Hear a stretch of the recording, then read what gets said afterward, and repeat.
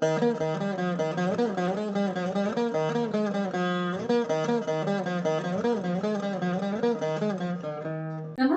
and welcome to Indic Echoes, rekindling cultural conversations. In today's episode, we bring to you the history of something very unique. It is an object, an identity of communities, an integral part of one's life in India, from birth to death.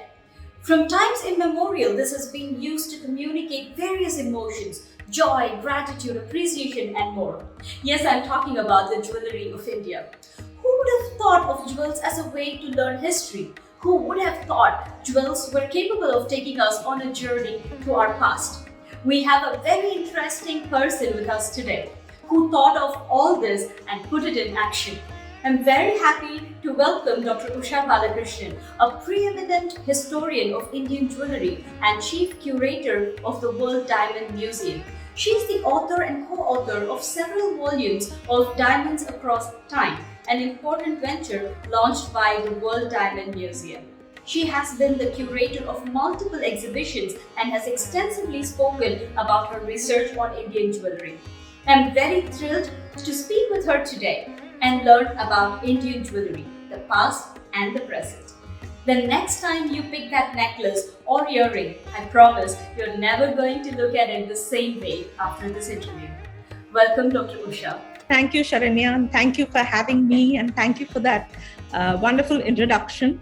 And I must, at the outset, say I love the jewelry you're wearing, and it's always a pleasure to see youngsters, young people appreciating and wearing jewelry. It's so much a part of our life and culture that, whatever you wear or you don't wear, jewelry can go with any kind of clothes that you wear, whether it's Indian or Western, and it becomes that one statement piece, to use modern lingo.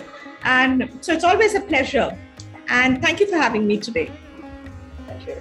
So I want to start way back, So from the historical texts, can we deduce how rich India was in terms of our jewelry, even before the invasions of Mughals and Britishers? And I'm asking this very specifically because, usually when we talk about jewelry, it's only the Mughal kings that we talk about, let's say even Jahangir or anyone, or Shah Jahan, the intricate designs. That's what, immediately strikes people. But from what little I know, I've heard that we've had amazing jewelry and the riches even before that. But I would like to learn from you a little more on that. So, we can actually go back where it all started. If we take the Vedas, for example, there are manifold references to gold in the Vedas. Gold was considered a ritually pure metal and was integral to the performance of sacrifice. And Hiranyam, Suvarnam are terms that occur in the Rig Veda repeatedly in the context of the importance of gold and the spiritual importance of gold. And then when we look at, there's a text called the Arthashastra by Kautilya, which is a 4th century BCE text. This is like 1,500 years before the British even set foot in India. And, almost 1,500 years before the Mughals arrived in India. And Chanakya, or Kautilya as he's also known, has written, he has given names of ornaments, names of necklaces, the location of diamond mines, where gold was found in India. So there are very, very valuable references in the Arthashastra. Another very important text for us, I'm a South Indian, and I always feel very proud that actually the continuity of the tradition has been maintained so much in the South. So if we take the one iconic text, the Silappatikaram, it's all about a piece of jewelry. The whole story of the Silappatikaram revolves around a gold anklet that is supposedly filled with gemstones, and how he was accused of stealing the anklet, and all the events that followed was all revolving around a piece of jewelry. So we have ample references whether it's in the form of literature, whether it is in the form of inscriptions, whether it's in the form of visitors who came to India at that time, whether it was a Marco Polo or a Huan Sang or so many of the other Italian and Portuguese visitors who came. There are many, many references to jewelry. Interesting. That actually brings me to the next. We have so many references to jewelry, as you said. One of the important things is also, let's say, in Ramayana, the ring that Rama wore, or the Chudamani. And as you mentioned, the Silappadigaram anklet in that. Have you ever been able to recover or find any of these jewelry in any of the excavations or in the searches elsewhere? I wish. We live in eternal hope. Unfortunately, a lot of the mention of jewelry is only as a mention. Even in the Ramayana, for example, we hear about a ring, a signet ring. We hear about this Chudamani.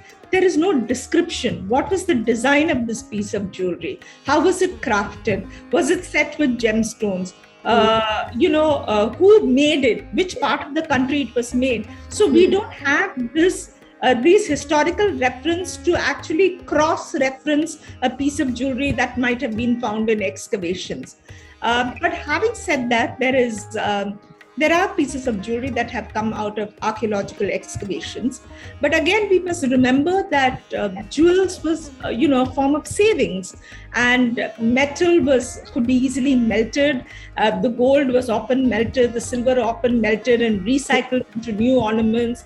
It was plundered by invaders. When one kingdom invaded another kingdom, the first thing that they took away was the treasury. So much of that was held in a portable form. But I still think that there's a lot of material. I know that a lot of material is still lying in our temples, for example. And unfortunately, these are not accessible to historians and scholars to study and document. I think if that opportunity came to scholars like myself, we would be able to chart a much more detailed history of Indian jewelry. Okay, I remember seeing in one of your talks, I believe, you were talking about a ring that had the inscription Ram, and it was found in, correct me if I'm wrong, was it from the Tipu Sultan's thing? And it was in the Devanagari script, is that correct? That's so right. Can you tell us a little more about that? So, once when Tipu was defeated, the soldiers plundered and looted his treasury. And again, this is apocryphal. We don't know whether it was actually found in the treasury or it was perhaps found, with one of his soldiers who might have been Hindu soldiers. But if we take into account the quality of the ring, the beautiful workmanship, it looks like an imperial piece. So it's inscribed with Ra armor in Devanagari. And Tipu also was, actually there's a different side of Tipu that we never speak about.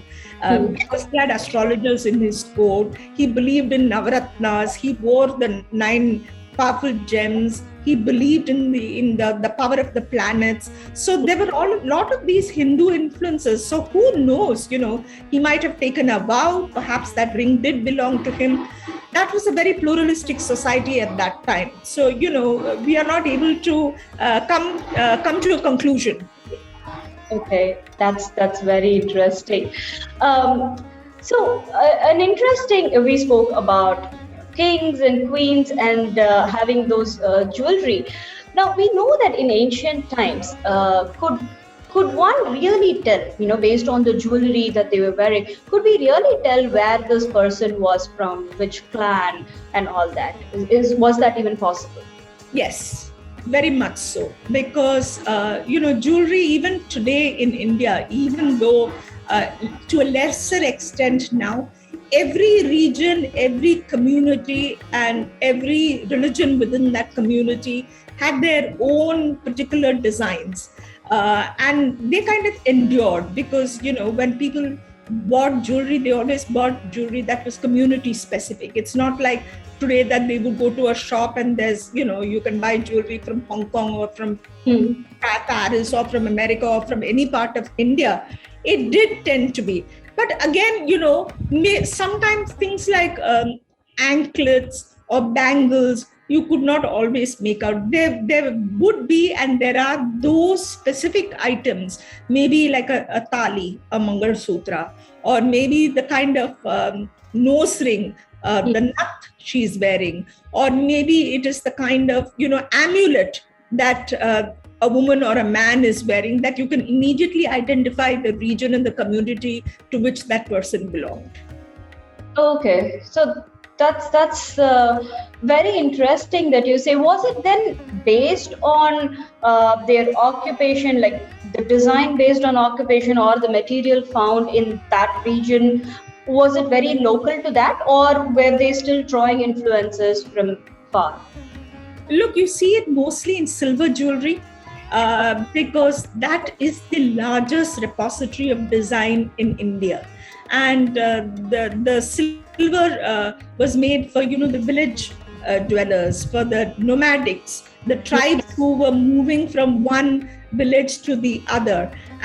So that jewelry for them, there were no banks in those days. So whatever they earned, if they sold cattle, they had a good harvest, they would convert it into silver. And then if there was a drought or something and they had to move to another part of the region, or even move into another state, they carried their jewels with them.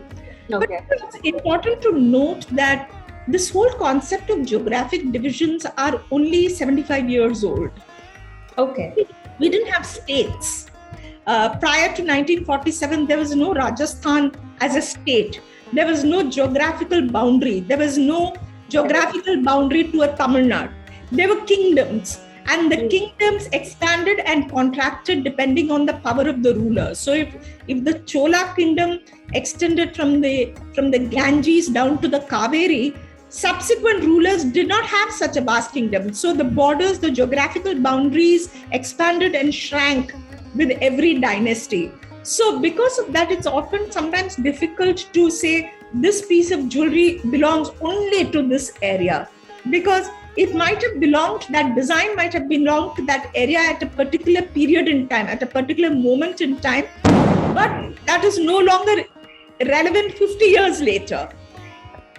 That's true. That's interesting. These are things that one has to, it comes from a lot of work and a lot of seeing a lot of pieces to be able to start isolating that. Then you can, I have done a lot of work in terms of assigning particular designs to particular communities. Now, what is another question of yours in terms of, in terms of design? Designs were influenced largely by the environment. So if there was a particular flower that was popular in a region, that flower appears in the jewelry. If it was not popular in another region, you don't see that flower in that piece of jewelry at all. So there's a bird, birds are popular in a particular region. A myna might be popular somewhere, a peacock might be popular somewhere, but you don't see peacocks in Bengal, for example. So you will not see a peacock on a piece of jewelry from Bengal. So, these kind of, you can make out based on seeing a lot of pieces. That's very interesting because, there are some designs which evoke a coastal feeling, for example. I'm just throwing that because I do see some jewelry which look like a seahorse or a crab or something. So instantly, even without us consciously realizing, it takes us back to a coastal region. So is it right to say that probably that design came from the communities there, especially with the antiques? Absolutely. Beautiful, beautiful. So it must have made your work all the more difficult because it's a dynamic history. Extremely dynamic and very interdisciplinary. Correct. Oh, wow. So, from what you said, I understand that the jewelry was not something that was reserved for the ruling class or the traders. Is that correct? So, do we have any idea of how it was, or what kind of jewelry different sections of people, different communities of people wore in maybe Chola, Maratha, or Maurya roots?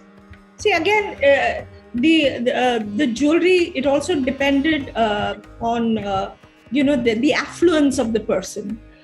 So yes, if the ruling class, uh, gold, diamonds, gemstones was the prerogative of the ruling class or the rich traders or the nobility, because that's what they could afford. The people in the villages, amongst the rural communities, opted for silver, one because they could afford it, and also because for a small amount of money they could get a large amount of silver. Correct. See, so it became that much more attractive. And also they traded in silver coins. You see, they were not trading in gold currency. So what they were getting was silver, which they then melted down and converted into jewelry.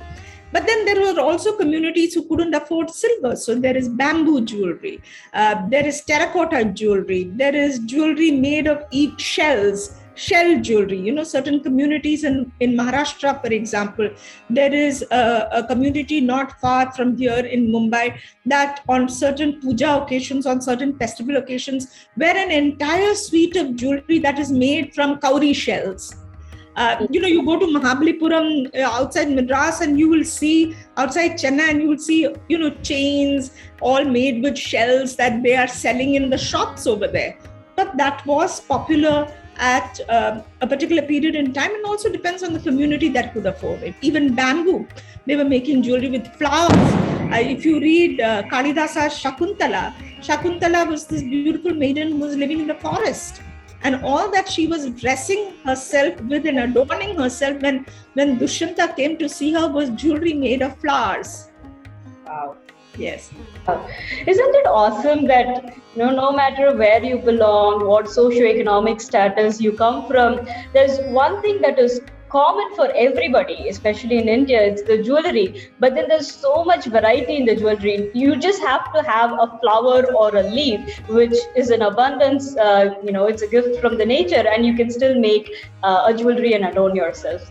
Absolutely. Just the thought of that is so mind-blowing. Ultimately, it's the nature that's connecting us all together. So beautiful.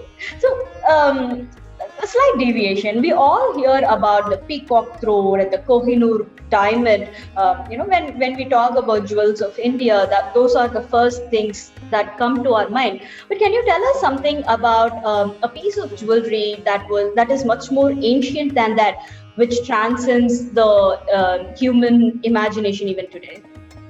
Well, what is it that grips the human imagination? The peacock throne, we only can go on the descriptions of the throne. We have not seen the throne. The throne doesn't exist anymore. But we had this imaginary vision of what that peacock throne was like. It was made of gold. It was studded with diamonds. It had pillars. There were 4 peacocks and 1 peacock on top. This is descriptions that have been left by people who visited the courts of Shah Jahan and Aurangzeb, like Jean-Baptiste Tavernier, who have left these records. So it's in our imagination. Now, as far as the Kohinoor is concerned, it's a romantic history. We associate, for some reason, Kohinoor has become like our national gemstone when, there are so many other great stones that kind of warrant that position in the country. But again, there's a lot of history. It has a recorded history. There's a lot of romance. There's a lot of, things like stories and mysteries and bad luck and good luck. Mythological stories that are associated with the Kohinoor diamond that immediately, it becomes larger than life in our imagination.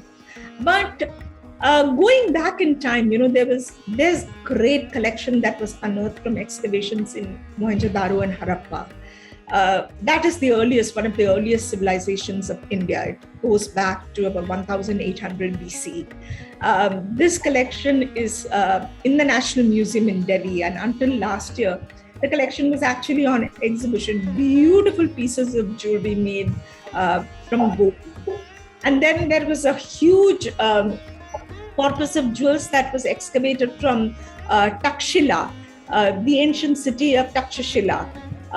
Again, this collection is still in the National Museum in Delhi. Just in terms of relative time and the kind of craftsmanship, we are going back 2,000 years in time. And these pieces have survived. They are there. And then there are other pieces of jewelry in different collections in different parts of the world that come. But then again, as I said, because of the easy portability of jewelry and gemstones, and the fact that gold was melted down so often, very little has unfortunately survived. Is there any specific text that talks about what jewelry meant to the communities, anything like that? Well, Kautilya in the Arthashastra actually devoted an entire chapter. Why is there so much importance to jewels in a temple? So, as you yourself said in the beginning, is there a reason behind why brides are decked up so well? So it's the same thing, when we spoke about the temple.